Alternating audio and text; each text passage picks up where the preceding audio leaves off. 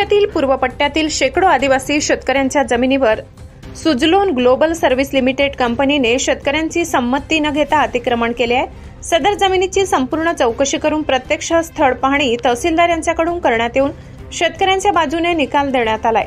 हा निकाल लागून 6 महिने झाले तरी अद्यापपर्यंत कंपनीने शेतकऱ्यांना कोणत्याही प्रकारची नुकसान भरपाई अदा केलेली नाही। शासन व पवन ऊर्जा कंपनीने लवकरात लवकर शेतकऱ्यांना न्याय दिला नाही तर निर्णायक आंदोलन छेडण्यात येईल असा व या सर्वस्व शासन व पवन ऊर्जा कंपनी जबाबदार राहील। या संदर्भात आज प्रांताधिकारी अंजली शर्मा यांच्याही चर्चा करण्यात आली। यावेळी समितीचे अध्यक्ष अरुण रामराजे, समितीचे सचिव भीला भील व शेतकरी उपस्थित होते। आंदोलन स्थगित नाही झालं, आंदोलन चालूच आहे।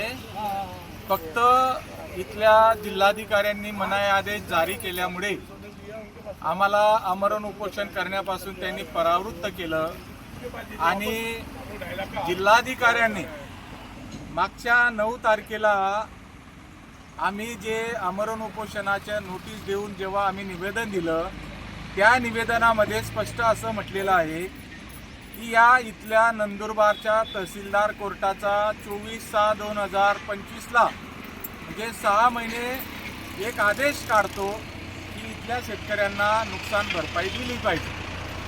ही नुकसान भरपाई कशी दिली पाहिजे याचा सर्व तपशील त्या आदेशामध्ये आहे। तरीसुद्धा इथले प्रशासन त्या कंपनीला, सुजलानची कंपनी आहे, त्या कंपनीला या शेतकऱ्यांना नुकसान भरपाई मिळवून देऊ शकलेली नाही। त्यामुळे इथल्या नंदुरबारच्या जिल्हाधिकारी असेल किंवा इथलं प्रशासन असेल यांचं हे अपयश आहे। आम्ही कंपनीवाल्यांना सांगतो की तुम्ही या आदिवासी शेतकऱ्यांची जमीन ही 20 वर्षापासून वापरत आहात, मग त्याचा मोबदला काय?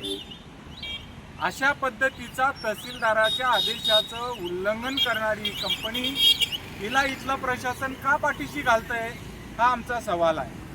आणि म्हणून आम्ही आमरण उपोषण करावं अशी काय आम्हाला हौस नाही, परंतु न्यायच मिळत नाही आम्हाला। गेली 6 महिने हे शेतकरी प्रशासनाच्या दारामध्ये येत आहेत, कंपनीला सांगतायत, कंपनीचे लोक आम्हाला मेल टाकतात की तुम्हाला आम्ही आज मोजतो उद्या मोजतो। अशा पद्धतीने फक्त आश्वासन देणं आणि आदिवासींच्या भावनांशी खेळणं हा कंपनीवाल्यांचा धंदा होऊन गेलेला आहे। म्हणून आम्हाला त्यांच्या विरोधामध्ये एक निर्णायक आंदोलन करावं लागणार आहे।